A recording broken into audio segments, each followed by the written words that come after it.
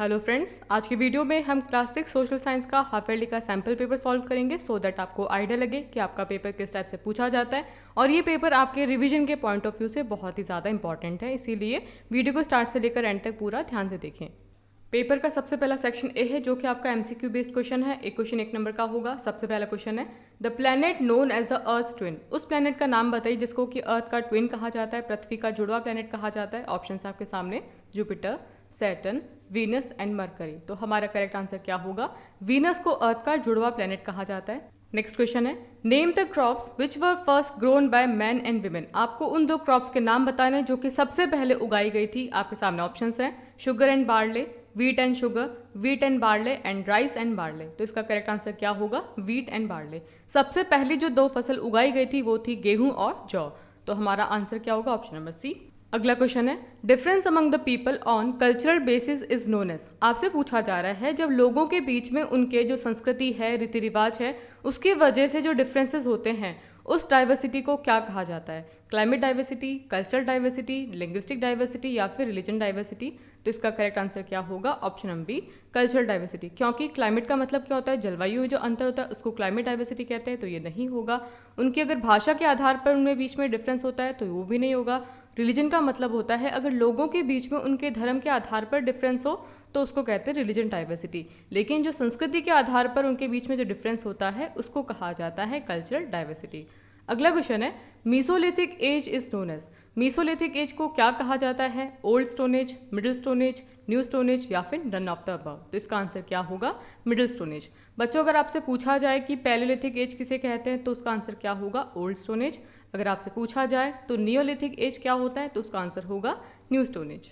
अगला क्वेश्चन है, the great bath is located at. अब आपसे पूछा जा रहा है किस आर्कियोलॉजिकल साइट पे हमको ग्रेट बाथ मिला है। ऑप्शंस आपके सामने, लोथल, हड़प्पा, कालीबंगा या फिर मोहनजोदड़ो। तो हमारा करेक्ट आंसर क्या होगा? Option number D, Mohenjodaro.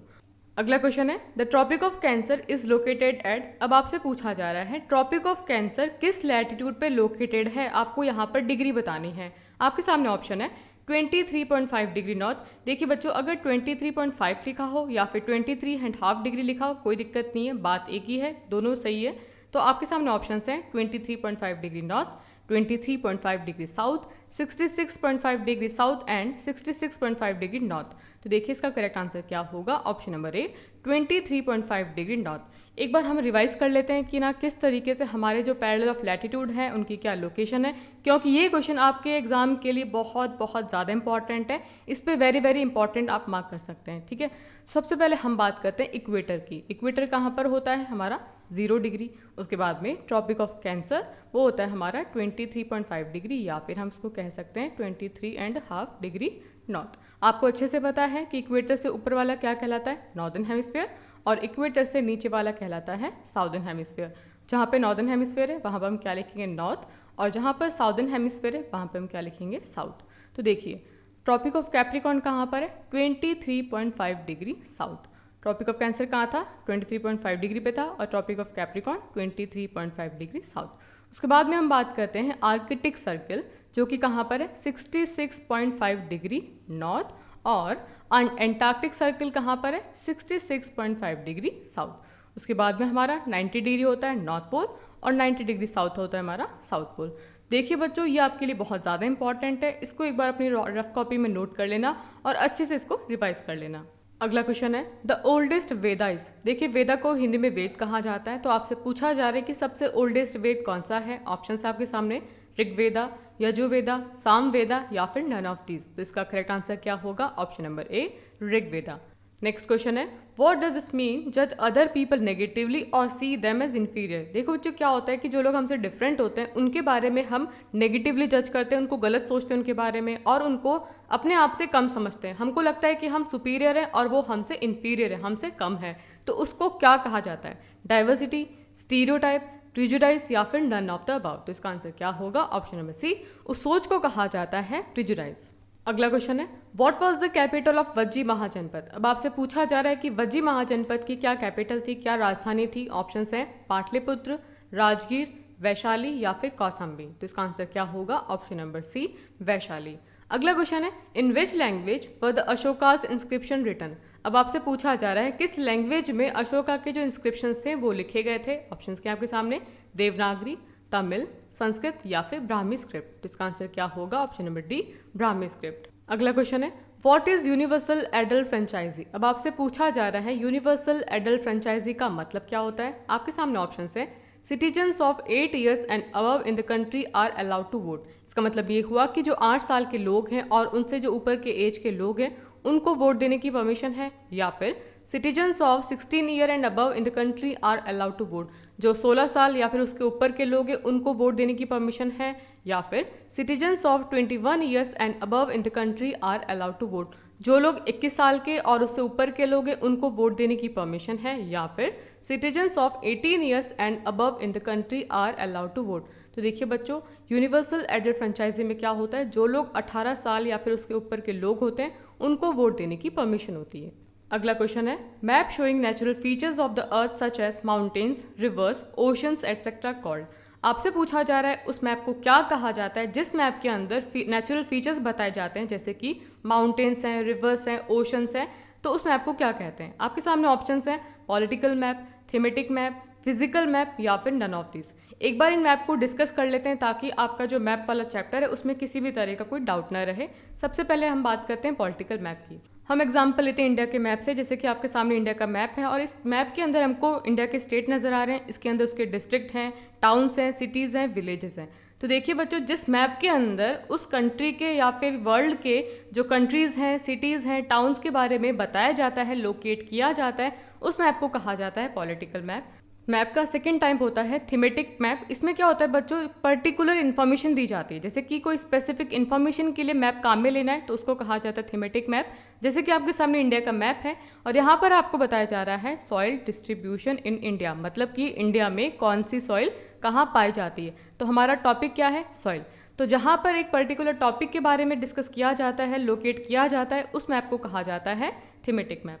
हमारा जो थर्ड टाइप का मैप होता है वो होता है फिजिकल मैप, जिसमें कि नेचुरल फीचर्स को बताया जाता है, जैसे कि माउंटेन्स कहाँ पर है, रिवर्स कहाँ है, लेक कहाँ पर है, उस मैप को कहा जाता है फिजिकल मैप। तो हमारा क्वेश्चन क्या था, उस मैप को क्या कहा जाता है जिसमें कि नेचुरल फीचर्स को बताया जाता है। ऑप्शंस क्या थे हमारे सामने, political map, thematic map, physical map या फिर नन ऑफ दीज। तो हमारा आंसर क्या होगा, option number C, physical map. Paper का अगला पार्ट आपका सेक्शन बी, जो कि आपका very short answer type question है। एक क्वेश्चन 2 नंबर का होगा। इसमें आपसे क्वेश्चन पूछा जा रहा है what is democracy, give two example. आपको बताने की डेमोक्रेसी क्या होती है और आपको 2 एग्जाम्पल देने। अब इसका आंसर होगा democracy is form of government where leaders are elected by the people. तो देखिए बच्चों, डेमोक्रेसी गवर्नमेंट का एक ऐसा टाइप होता है जिसमें क्या होता है, जो लीडर्स होते हैं वो जनता के द्वारा चूज किए जाते हैं। इलेक्शन होता है, फिर जनता लीडर्स को चूज करती है, उस फॉर्म को कहा जाता है डेमोक्रेसी, जैसे कि हमारे इंडिया में डेमोक्रेसी और यूएसए में डेमोक्रेसी है। अगला क्वेश्चन है who is an archaeologist. Archaeologist कौन होते हैं, इसका आंसर होगा archaeologist are persons who study objects of the past, they study the remains of buildings made of stones and bricks, paintings and sculptures. तो देखिए, आर्कियोलॉजिस्ट उन लोगों को कहा जाता है जो कि पास्ट की चीज़ों के बारे में स्टडी करते हैं, जैसे कि जो पुरानी बिल्डिंग्स हैं जो कि स्टोन से और ब्रिक से बनती उनके बारे में स्टडी करते हैं, पेंटिंग्स और स्कल्पचर्स के बारे में स्टडी करते हैं। तो इसका मतलब ये हुआ कि जो आर्कियोलॉजिस्ट होते हैं वो पुरानी चीज़ों के बारे में स्टडी करते हैं। अगला क्वेश्चन है व्हाट इज एन एक्सिस। आपसे पूछा जा रहा है कि एक्सिस क्या होती है, इसका आंसर होगा the axis of the earth is an imaginary line joining the north pole with the south pole. It makes an angle of 66.5 degree with its orbital plane.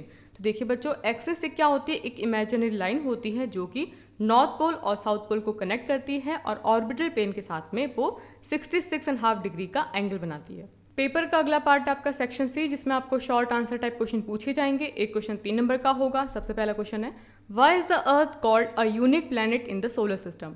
अर्थ को सोलर सिस्टम में unique planet क्यों कहा जाता है, इसका answer होगा the earth is a unique planet in the solar system because of the following reason. तो देखिए बच्चों, कुछ रीजन है जिसकी वजह से अर्थ को यूनिक प्लैनेट कहा जाता है। पहला रीजन क्या है, conditions desirable to support life are probably found only on the earth. देखिए बच्चों, हमारे लाइफ के सर्वाइवल के लिए सबसे इंपॉर्टेंट हमको क्या चाहिए, ऑक्सीजन चाहिए, पानी चाहिए, हवा चाहिए और हमारा जो टेम्परेचर है वो नॉर्मल होना चाहिए। तो ये सारी कंडीशंस अर्थ पे हैं, पहली बात तो ये। सेकेंड पॉइंट क्या है, the earth is neither too hot nor too cold, the temperature on earth is moderate. हमारी जो अर्थ है उसका टेम्परेचर ना तो बहुत ज़्यादा गर्म है ना बहुत ज़्यादा ठंडा है, यहाँ का जो टेम्परेचर है वो मॉडरेट है, इसीलिए हम सर्वाइव कर सकते हैं। अगला पॉइंट है, it has an adequate amount of water and air which is very essential for our survival. केवल एक अर्थ ऐसा प्लैनेट है जहाँ पर क्या है, हवा है, पानी है, जो कि हमारे सर्वाइवल के लिए बहुत ही ज़्यादा इंपॉर्टेंट है। तो ये कुछ रीज़न है जिसकी वजह से अर्थ को यूनिक प्लैनेट कहा जाता है। नेक्स्ट क्वेश्चन है, what were the means adopted by Ashoka to spread the message of Dhamma. तो देखिए बच्चों, आपको पता होना चाहिए कि धम्म क्या होता है। देखिए अशोका के जो मोरल वैल्यूज़ थे, उसके जो प्रिंसिपल्स थे, उसको कहा जाता है धम्म। तो अशोका ने अपने धम्म के मैसेज को फैलाने के लिए क्या क्या मीडियम को काम में लिया, इसका आंसर होगा अशोका अपॉइंटेड ऑफिशियल्स कॉल्ड धम्म महामात। तो उसने क्या क्या ऐसे मंत्री बनाए जो क्या करेंगे, to go from place to place and tell people about Dhamma, जो क्या करेंगे, लोगों के पास में जाएंगे और उनको धम्म के बारे में बताएंगे। Ashoka got his messages inscribed on rocks and pillars to in language called as Prakrit which was comprehensible to all. उसने और क्या किया, उसके जो धम्म के मैसेज थे उसने रॉक्स और पिलर्स पे खुदवाए और लैंग्वेज क्या थी, प्राकृत लैंग्वेज में खुदाए, ताकि लोग जब उनको पढ़े तो उसको ईजिली अंडरस्टैंड कर पाए। Messengers were also send to other part of the world, और अशोका ने अलग अलग मैसेंजर्स को अलग अलग कंट्रीज़ में भेजा ताकि वो लोग धम्म की बातें लोगों को बता पाए। अगला क्वेश्चन है, differentiate between summer and winter solstice. अब आपको बताना है समर एंड विंटर सॉल्स्टिस में क्या डिफरेंस होता है। सबसे पहले हम बात करते हैं समर सॉल्स्टिस की। इट ऑकर्स ऑन 21 जून। कब होता है ये, 21 जून को होता है, लेकिन विंटर सॉल्स्टिस कब होता है, 22 दिसंबर में। अगला पॉइंट है, it is the position of the earth when the rays of sun fall directly on the tropic of cancer. देखिए समर सॉल्स्टिस में क्या होता है, जो सनरेज होती हैं वो डायरेक्ट ट्रॉपिक ऑफ कैंसर पे आती हैं, लेकिन जो विंटर सॉल्स्टिस है यहाँ पर अर्थ की पोजीशन ऐसी होती है कि जो सनरेज होती हैं वो डायरेक्ट ट्रॉपिक ऑफ कैप्रिकॉन पे आती हैं। अगला पॉइंट है, during this period in the northern hemisphere days are longer than night. अब समर सॉल्स्टिस में क्या होता है कि जो नॉर्दर्न हेमिस्फीयर में दिन होते हैं वो बड़े होते हैं और रातें छोटी होती हैं, लेकिन विंटर सॉल्स्टिस में क्या होता है, during this period in the southern hemisphere days are longer than night. लेकिन जो विंटर सॉल्स्टिस होता है वहाँ पर साउदर्न हेमिस्फीयर में डेज बड़े होते हैं और नाइट्स छोटी होती है। अगला क्वेश्चन है, how can a government function. अब आपसे पूछा जा रहा है कि जो हमारी गवर्नमेंट होती है वो किस तरीके से फंक्शन करती है। इसका आंसर होगा a government can function by doing the following things. क्या काम करती है वो, the government make laws. Government क्या करती है, कानून बनाती है। The citizens of the country have to follow these laws. और जो हमारे देश के नागरिक हैं, सिटीजन्स हैं, उनको ये जो लॉज बनाए हैं गवर्नमेंट ने उनको फॉलो करना होगा। It has also the power to make decision. Government के पास में डिसीजन लेने की पावर है। It also has the power to enforce these decision. और उसके पास में ये पावर है कि जो उसने डिसीजन लिए हैं उनको वो लागू करवाए। तो इस तरीके से गवर्नमेंट फंक्शन करती है। अगला क्वेश्चन है, why did people who grow crops have to stay at the same place for a long time. आपसे क्वेश्चन पूछा जा रहा है कि जो लोग खेती करते थे उनको एक ही जगह पर लंबे टाइम तक क्यों रहना पड़ता था। इसका आंसर होगा people who grow crop have to stay in the same place for a long time because they have to look after the plant, water them, weed the fields, drive away animals and bird and store the grains carefully. देखिए बच्चों, जो लोग खेती करते थे उनको एक जगह पर लंबे टाइम तक के लिए इसलिए रुकना पड़ता था क्योंकि खेती करने में बहुत टाइम लगता है। सबसे पहले हम क्या करते हैं, फसल उगाते हैं, उनके प्लांट होते हैं, उनका ध्यान रखना पड़ता है, फिर उसको पानी पिलाना होता है। फिर जब हम खेती करते हैं तो फसल के साथ साथ में कुछ जंगली घास उग जाती है जिसको वीड कहा जाता है, उसको हटाना पड़ता है। फिर जो खेती में जो फसल होती है उसको ख़राब करने वाले जो एनिमल्स होते हैं, बर्ड्स होते हैं, उनको हटाना पड़ता है। और जब फसल उग के तैयार हो जाती है, जब अनाज आ जाता है निकल के, तो उसको प्रॉपर तरीके से स्टोर करना पड़ता है। इन सब कामों में बहुत टाइम लगता है, इसीलिए जो लोग खेती करते हैं उनको लंबे टाइम तक सेम जगह पे रहना पड़ता था। अगला क्वेश्चन है, in what veg do you think that the life of raja was different from that of दासा और दासी। आपसे पूछा जा रहा है कि राजा की लाइफ दास और दासी की लाइफ से किस तरीके से डिफरेंट थी। इसका आंसर होगा the life of raja was different from that of dasa और dasi in following manner. Raja was a powerful leader who use to rule while dasa और dasi are capture slave who use to serve their master. तो देखिए बच्चों, जो राजा थे वो तो क्या थे, पावरफुल लीडर थे, उनका काम था रूल करना, शासन करना। लेकिन जो दास और दासी थे उनको गुलाम बनाया गया था और उनका काम था अपने मालिकों की सेवा करना। अगला पॉइंट है, राजा कैन परफॉर्म सेक्रीफाइसेस वेल दासा और दासी कुडंट। जो राजा थे वो यज्ञ कर सकते थे, पूजा कर सकते थे, लेकिन जो दास और दासी थे वो ये सब काम नहीं कर सकते थे। Raja was a free man while dasa और dasis have to do what their master said. देखिए जो राजा थे वो तो फ्री थे, उन पर किसी का कंट्रोल नहीं था, वो अपनी मन मर्जी से कोई भी काम कर सकते थे। लेकिन जो दास और दासीज थे वो केवल वही काम करते थे जो कि उनके मालिक उनको करने के लिए कहते थे। बच्चों आपके क्वेश्चन पेपर को हम 2 पार्ट में सॉल्व करेंगे। अभी तक हमने पार्ट 1 में इसके एमसीक्यू किए, very short answer type question किए और शॉर्ट आंसर टाइप क्वेश्चन किए। नेक्स्ट पार्ट में हम इसके केस बेस्ड स्टडी क्वेश्चन करेंगे, लॉन्ग आंसर क्वेश्चन करेंगे और मैप वर्क करेंगे। टिल देन आप अच्छे से इसको प्रिपेयर कीजिए और हम मिलते हैं आपसे नेक्स्ट पार्ट में। Till then take care and have a good day.